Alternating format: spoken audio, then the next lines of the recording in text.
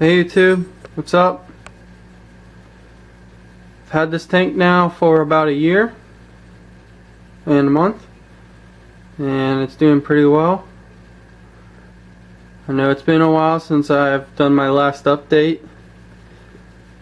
Thanks for being patient. Thanks for all the comments. Thanks for all the support. You guys helped me out a lot, and hope this video helps those out who had a couple questions about my tank. Had a lot of setbacks. Tank's not exactly where I wanted it to be, but it's doing pretty well. Still learning, but I'll get to all of that. So here's my Ecopico Reef.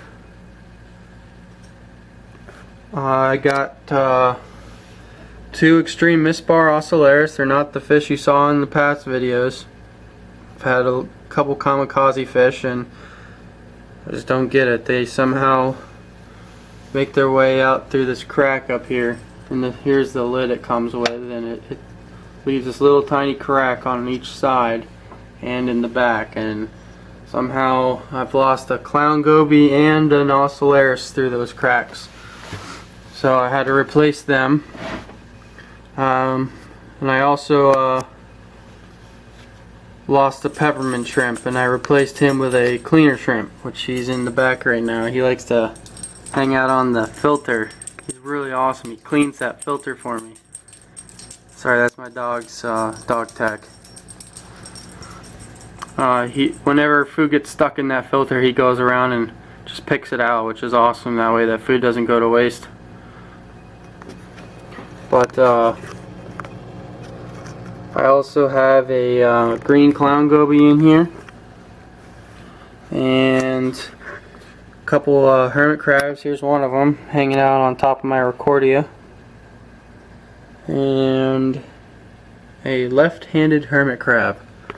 Picked them up at Petco. They didn't know what it was, so I got a good deal on it.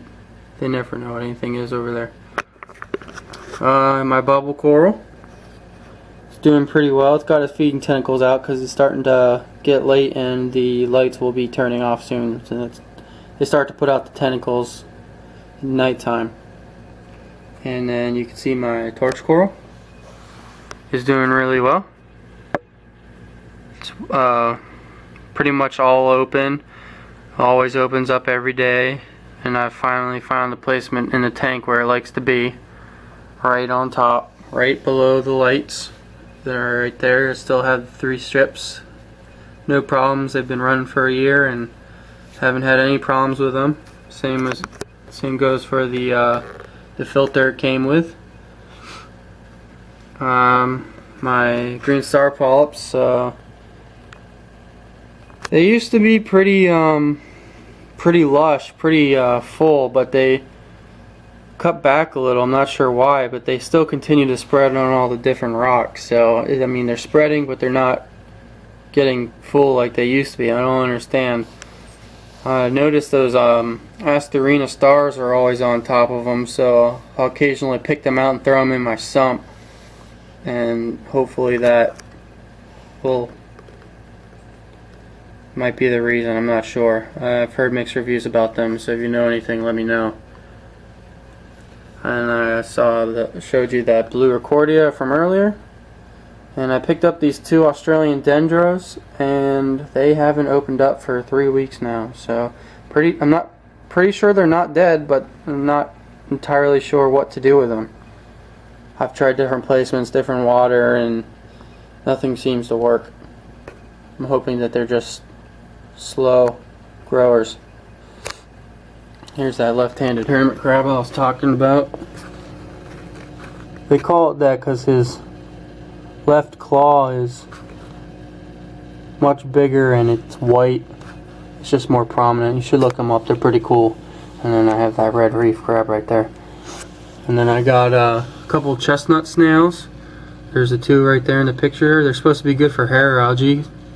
And that brings me to one of my problems I've faced over the past years. I had a hair algae outbreak, and now you can see that, knock on wood, it's all pretty much taken care of. Not entirely sure what I did. I just kept up with my water changes. I did some physical removal every day. I come in and I take pieces out with my tweezers. I highly recommend you get a pair of forceps or something to be able to reach into your tank if you have hair algae problems. And I just rip it out every day, and I change my filter on a regular basis, and that seemed to have worked. Also, I'll cut back my lighting by 2 hours, so it doesn't get at 12 hours anymore. It's only at 10 hours a day the lights are on. As far as maintenance goes, I do my water changes regularly. Every week to a week and a half I'll do a gallon of water change, and this tank is 7 gallons, so it's a decent amount changed. And then I use this Kent Nano Reef 2-part system. I'm still new to the whole dosing, so I figured that the nano dosing system would be good for me, and so far so good. I haven't had any problems, and it seemed to have allowed Coraline to explode in my tank. So that vial in the back used to be completely clear if you look at my previous videos, and now it's got Coraline growing all over it. So does my mag float.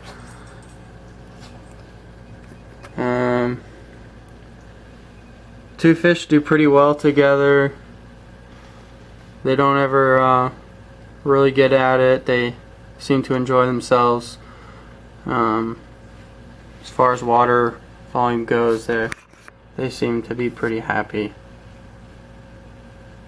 Oh, and I forgot to mention my blue zoanthids back there. They're doing pretty well. They're not as open as they used to. I kind of moved them around a little bit today, but normally they're more open than that. But they do pretty well in highlighted areas with low flow, and where they're not getting bothered by those damn crabs. Those hermit crabs go crazy on all my corals, especially the left-handed one. I so like them. And here's a Mexican turbo going to work. I tried to get a lot of snails that were small for the system. The Mexican turbo snails stay small. I have some Nerites. There's one right above him. And then I got these Nacerius snails, and I have some Tonga Nacerius, and then the brown chestnuts, which are supposed to be good for hair algae. So things that I haven't had a lot of luck with the Astrea or the Astrea snails.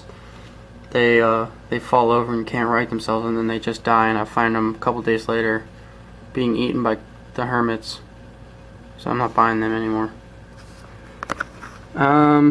And I'll occasionally take my pipette and I'll go in and I'll blast the live rock with water. You use like a turkey baster basically, and I just blast the live rock and get all the holes and everything clean, and so nothing's built up, and I think that helps keep the nutrient level down in the tank. And that brings me to my sump. And a lot of you have had questions about my sump, so I'll address that now. Thanks for all the comments. You guys have been really inquisitive, and I like that. I like being able to show you what I've done, and you had a lot of questions regarding how I built it, so I'll go through that. So nothing's changed in the initial setup. I still have a gravity siphon that the water goes into the top of that vial, which is my overflow, and it just regulates the water level in the tank. It always stays at this level, assuming that evaporation isn't playing, which it always is. And it goes into this box, which I haven't messed with for a year, and it hasn't ever broken siphons, so I've never had an issue. And it travels through this black this tubing, and it goes into your first stage. I've already explained all this, but I'm going through it again.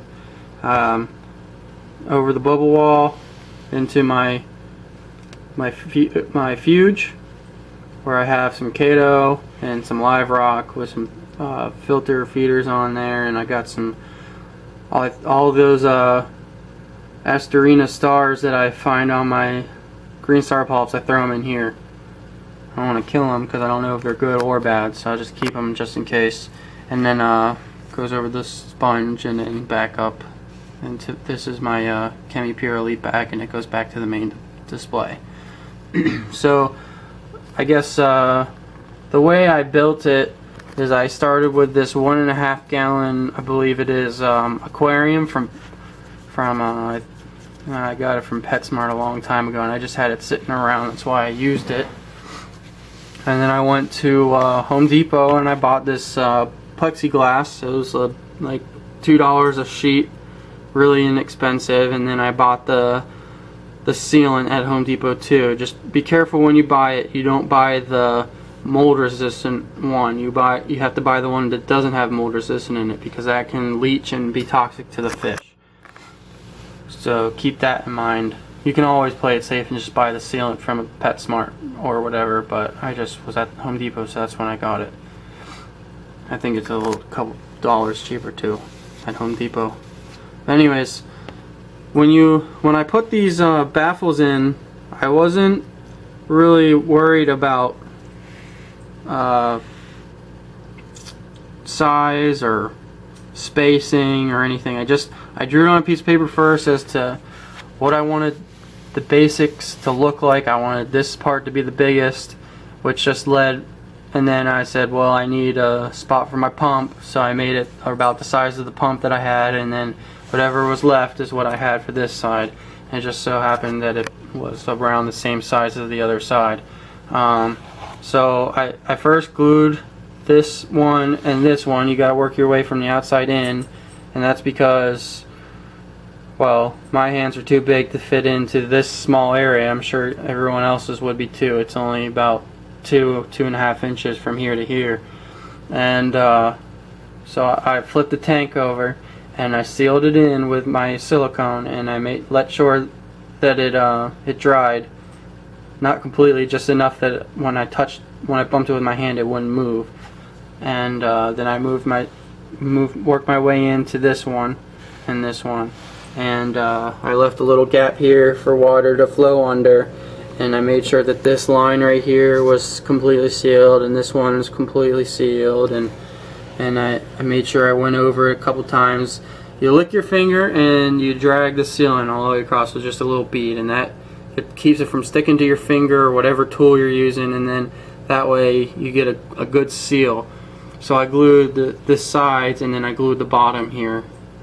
And I glued the bottom here, and that's basically it. And then after you let it seal for 24 hours, or how even longer would be better. And then I tested it with my sink downstairs. I just filled each chamber with water and made sure that it held water tight, and it didn't at first, so I had to go back and fix it. And first time ever doing it, and it worked pretty well. So it's pretty easy to do.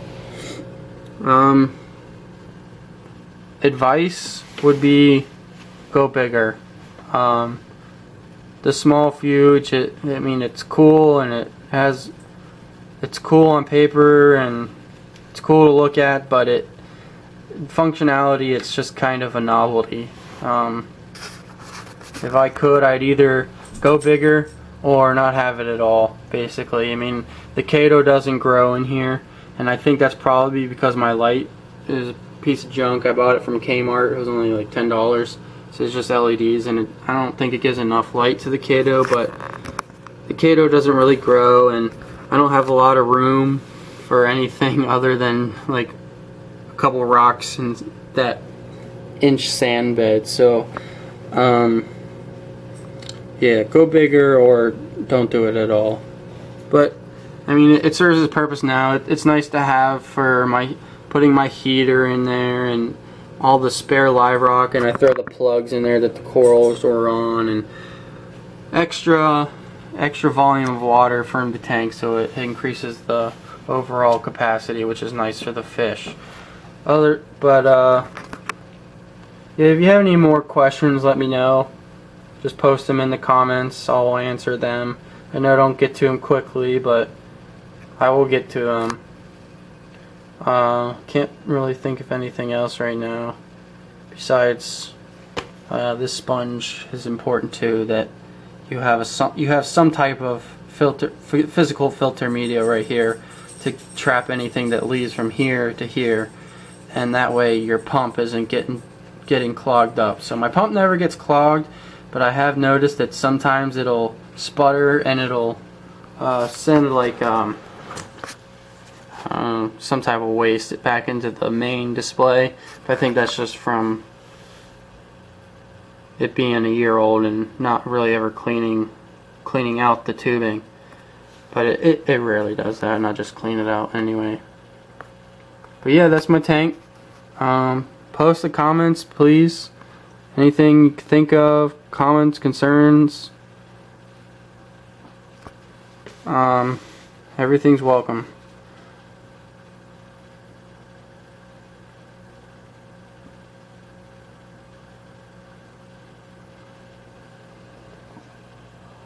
Oh yeah, and I wanted to try this. I'm using my underwater camera, and I thought this would be kind of cool. So, here goes nothing.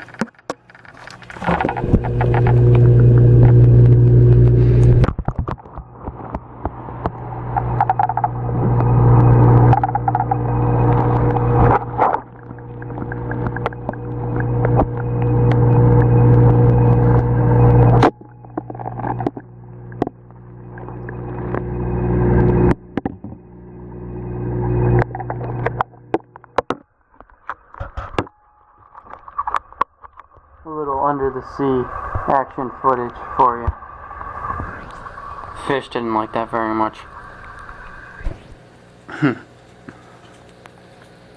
Alright, thanks.